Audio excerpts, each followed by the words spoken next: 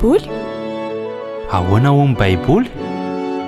Fampianarana ara-baiboly mitohitohy arahanao eto amin'ny Open Radio, iarahanao amin'ny namana Richard Andrianjatovo. Ahoana ho ny baiboly? Ahoana ho ny baiboly?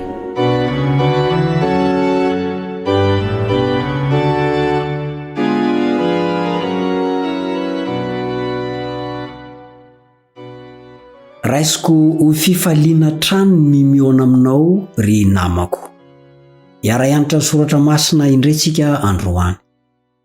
Ny resaka tetsika mahakasika ny drafim-panavotana asehon'ireo fitaovana tao amin'ny fitoerana masina Israelita ary tao amin'ny tempolo moa izany rehefa tonga tao Jerosalema ny zanak'Israely. Ary ny resantsika ela be teto ny mahakasika ny lalàn'Andriamanitra. Androany sika dia hojerentsika ireo hevi-diso manodidina ny lalàna, ny fandraisan'ny olona an'izany lalàna izany. Kanefa sitrako raha mba hiaraka hivavaka isika.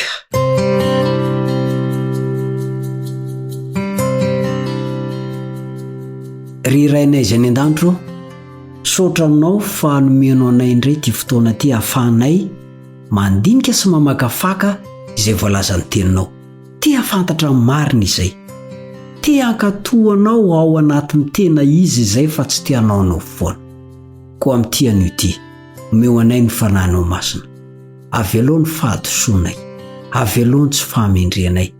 Noho ny avitra nataon'i Jesosy dia ekeo eo aminao izay.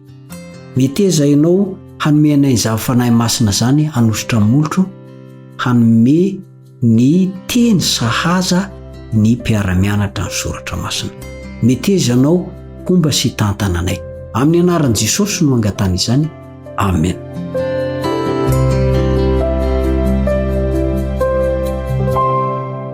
Ety ampanomboana isika dia indra nasa soratr'olona anankiroa fantadaza miresaka momba ny lalàna mba hahitantsika ny famaritana ny atao hoe asan'ny lalàna araka ny namaritana azy.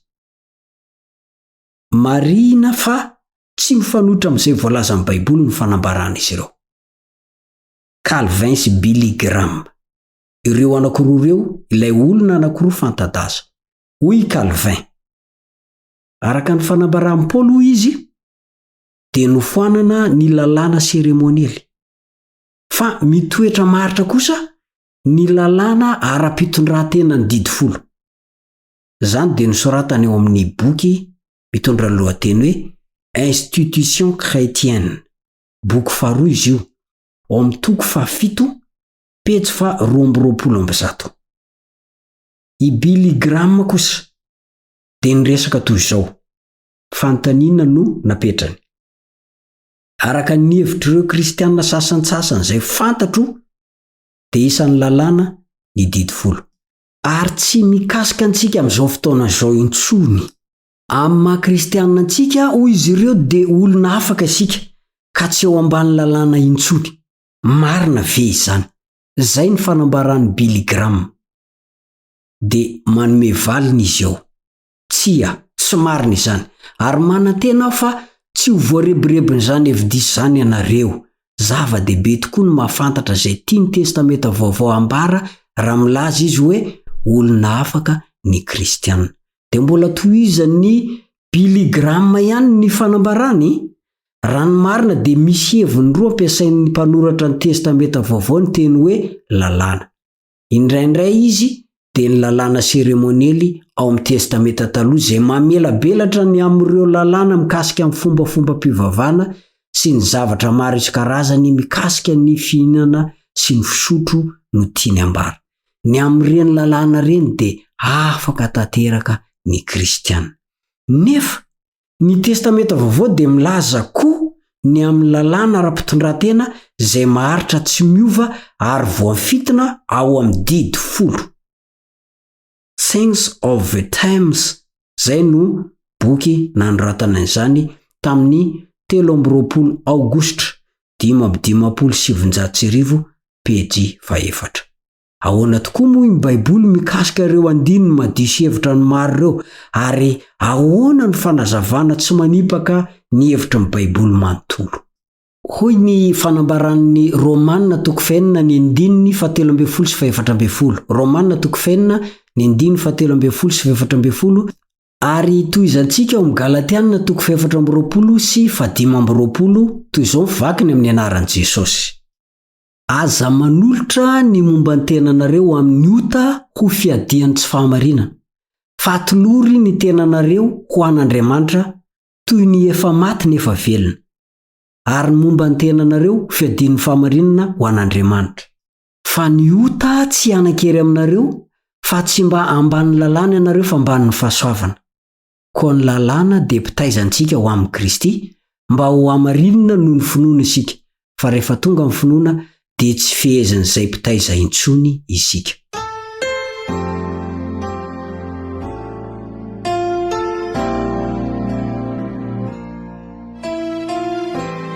Misy teny sarim-patarina tokoa no soratan'i Paoly araka ny voalazan'ny Petera 2:7-15 sy ny 9 fanambaran'i Petera. Petera 2:7-15 sy 9. Ary indraindray aza dia raisin'ny olona ho mifanipaka amin'ny andininy maro hafa ao anaty Baiboly zany. Kanefa aza adino fa tsy mifanohitra ary tsy hifanohitra velively ny teny voarakitra ao anaty Baiboly manontolo. Ka mba ahazahoana izay ambarany dia tsara ny jerentsika izay ambaran'ny Baiboly momba ny asan'ny lalàna. Voalaza fa ny lalàna dia mampiseho ny fahotana. Hoy ny fanambaran'i Jakoba 1:17-15. Mampiseho ny fahotana ny lalàna. Io didy folo io zany dia mampiseho fa ianao dia mijangajanga. Raha mandika ny hoe aza mijanganjanga. Ianao dia nandika ny sabata. Mpanoty ianao satria nandika ny sabata. Ianao dia nangalatra. Ao anatin'ny didy folo daholo zany. Ny lalàna dia miaro. Galatianina 3:7-7. Miaro. Miaro anao io mba tsy hanota. Anisan'izany koa ny asan'ny lalàna dia mitaiza na mitarika amin'ny mpanota ho eo amin'ny Kristy. Rehefa hita ianao fa nanao tsy fahamendrena, nanao fahotana, dia irahan'ny lalàna ianao hitady mpamonjy. Tena miteraka voka-dratsy sy mampidi-doza ny tsy fahaizana mampiasa ny zavatra tsara toy izay atao amin'ny lalàn'Andriamanitra. Ao ireo kristianina tsy miraharaha ny lalàna. Ao kosa ireo izay manindrahindra azy ary mampalahelo fa misy mihitsy ny miezaka mitandrina azy mba hitadiavana famonjena. Tsy hoe mitandrina nefa isika mba ho vonjena, fa mitandrina izany isika satria efa voavonjy, ary ny fahasoavana irery ihany no amonjenantsika araka ny voalazan'ny Efesianina 2:5-7. Efesianina 2:5-7. Rehefa mino isika dia mamonjy antsika ny fahasoavan'Andriamanitra. Ary ny fitandremana ny lalàna dia fankatoavana andrasan'i Jesosy amin'ireo izay efa novonjeny. Zao mantsy ny voalazan'ny Jaona 5:7. Jaona 5:7 amin'ny anaran'i Jesosy. Rehefa afaka izany dia hitan'i Jesosy teo an-kianjan'ny tempolo raha lehilahy ka hoy izy taminy: "Indro, efa sitrana ianao. Aza manota intsony, fandrao anjoanao izay ratsy noho ny teo." Dia mitovy an'izay ihany no notenenin'i Jesosy tamin'ilay vehivavy anankiray izay azo ola-tanana ny jangajanga ao amin'ny Jaona 4:1. Fa izaho hoy Jesosy dia tsy manameloko anao, mandehana ary amin'izao sisa zao dia aza manota intsony. Le hoe manota dia ny fandikana ny didy folo. Tsy misy afa-tsy ny fandiniana ny amin'ny saina tsy miankatra izay voalazan'ny Baiboly ihany no mety azontsika ny fahalalana marina izay voalaza. Ho dinintsika tsirairay ary ireo. Ahoana no voalazan'ny Jakoba toko 1:17 ka hatramin'ny 5:20 hoe mampiseho ny fahotana ny lalàna. Hoarin'ny Jakoba ny fitaratra izay ahitan'ny olona ny tena endriny miosopotaka ny fahotana ny lalàna. Mampiseho ny fahotana raiky tapisaka eo amin'ny olona no anjara asan'ny lalàna voalohany mba tsy hiarovany tena rehefa mijery izay fitaratra izay izy. Romanina 3:7 ary ny Romanina 7:7 no milaza an'izany. Raha tsy eo ny fitaratra dia mihevitra ny tena no tsara izay mbola tsy nitaratra tamin'izany fitaratry ny lanitra zany. Didy 10 no fitaratry ny lanitra. Romanina 7:7.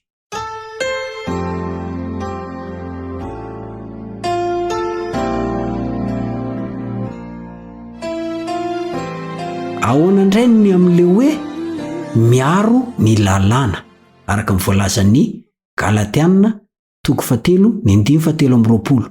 Miaro ny lalàna. Tsy manana hery hamonjy samy rery ny lalàna satria tsy asa napetraka taminy izany. Tsy afaka ny ampiakatra ny olona eo atapon'ny fahatsarana ihany koa ny lalàna. Tsy afaka hanolotra ny fiainana na ny fahamasinana sy ny fiadanana ho azy izy. Izy kosa nefa dia mijoro ho toy ny arofanina eo anatrehan'ny mpanota matsiaro tena ka miaro azy tsy anjera any amin'ny antsan'ny faratsiana. Ny arofanina mantsy dia tsy afaka ampianatra amin'ny mpamily tsy zadra rà na mpamily tsy mitandrina hitondra tsara ny fiarany. Kanefa ny fisian'ny arofanina dia miaro ny mpamily antapitrisany maro tsy varina any akady. Dia toy izany koa ny lalàna dia tsy nandray hery na fahefana ampiakatra ny olona any amin'Andriamanitra fa kosa hiaro ny mpanota mba tsy varina any amin'ny lavaka mangitsikitsiko ny fahotana noho ny tahotra aterany. Manaraka izany dia voalaza fa ny asan'ny lalàna dia mitarika na mitaiza ny mpanota ho eo amin'ny Kristy. Galatiana 3:7-7. Nampitovian'ny apôstôly Paoly tamin'ny mpitaiza izay nitendrena n'olokolo ny ara-panahin'ny olona ny lalàna. Ny teny hoe mpitaiza na mpampianatra dia mampiariary tsara ny andraikitra napetraka Andriamanitra taminy. Manambara tsy misy indra fo ny aretina izay mikika antsika dia ny fahotana ny lalàna. Tsy mitsahatra mampafantatra antsika ny anjara miandry ny mpanota tsy mety mibebaka izy. Azo oharina ihany koa amin'ny andraikitry ny mpitsabo manampaizana manokana momba ny fitarafana ny asany. Tsy izy anefa no hanasitrana fa mikaroka amin'ny fototra aretina fotsiny izy. Tena ilaina tanteraka izy satria raha tsy izy ny lalàna zany dia tsy ho fantatra ny anton'ireo aretina. Ny valin'ny fitarafana izay milaza fa lozany miandry azy ka mety haningotra ny ainy ny tsy firayana dia tsy hipetrapetraka fotsiny ilay marary fa anatona mpitsabo hafa afaka ndidy na hitsabo azy. Mety ho foaty nefa ilay marary raha toka milalao aretina izy. Ny voka-dratsy ateraka io fizahana io indraindray dia ny fahatairana mafy na fivadiam-po mety azo ilay marary satria valin'ny fitarafana. Mety hampandraiky marary ny mpanota ny fiariarian'ny fahalebiazan'ny fahotany. Salamo 8:3-7. Ary izay no nahatonga ny apôstôly Paoly nanoratra fa mahafaty ny lalàna araka ny voalazan'ny Korinthiana 2:7-9. Le hoe mahafaty ny lalàna zany dia tsy midika hoe tsy tokony tandremana fa io fanazavana teo.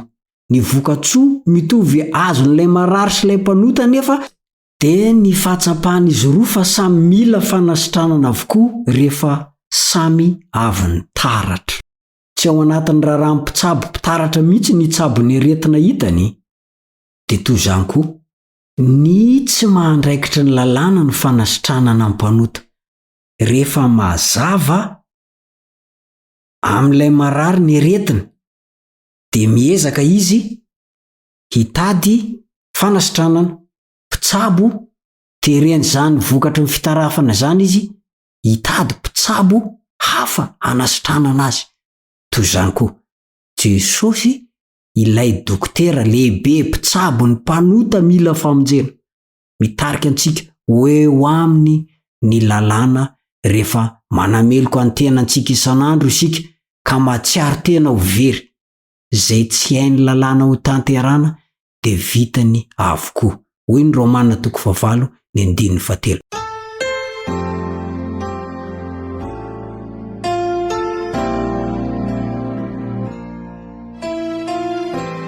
Ry namako, raha manameloko antsika ny lalàna, Jesosy kosa de manolotra famelan-keloko. Raha mampiariary ny fahotana ny lalàna de manaisitra antsika amin'izany fahotana zany kosa Jesosy. Raha lazaina fa mamono ny lalàna, Jesosy indray no mamelona antsika. Raha manaiky ny antoraka eo an-tongotry Jesosy sika, de tonga eo amin'izay ikendren'Andriamanitra azy indrindra ny lalàna. Kristy mantsy no farany lalàna. Avy amin'ny teny Grika hoe telos, milaza zavatra kendrena na fahatanterana, izany hoe adika fa Kristy no nambarany lalàna na ny tanjony. Zay mivoalazan'ny Romana 10:4 fa tsy midika hoe farany didy folo Jesosy. Tsia. Izy no noraketany ireny lalàm-pisoronana ireny. Zay nge mivoalazan'ny Jaona 1:5-12. Indro ny zanak'Andriamanitra zay manaisitra fahotany zao tontolo zao. Manomboka zao ary aza manaiko rebreben'olona amin'ny fanambarana fa foana narava ny didy folo. Aza manaiky ampianarin'ny olona fa hoe tsy laina intsony mitandrina an'izany, andeha ino an' Jesosy mba handray ny famonjeny. De ho asehontsika amin'ny fankatoavana ny lalàny fa efa novonjensika. Hatreo ny fiarako aminao, manome fotoana anao indray ny namanao Richard Ndrenjatovo ho amin'ny manaraka indray tompoko. Velomo.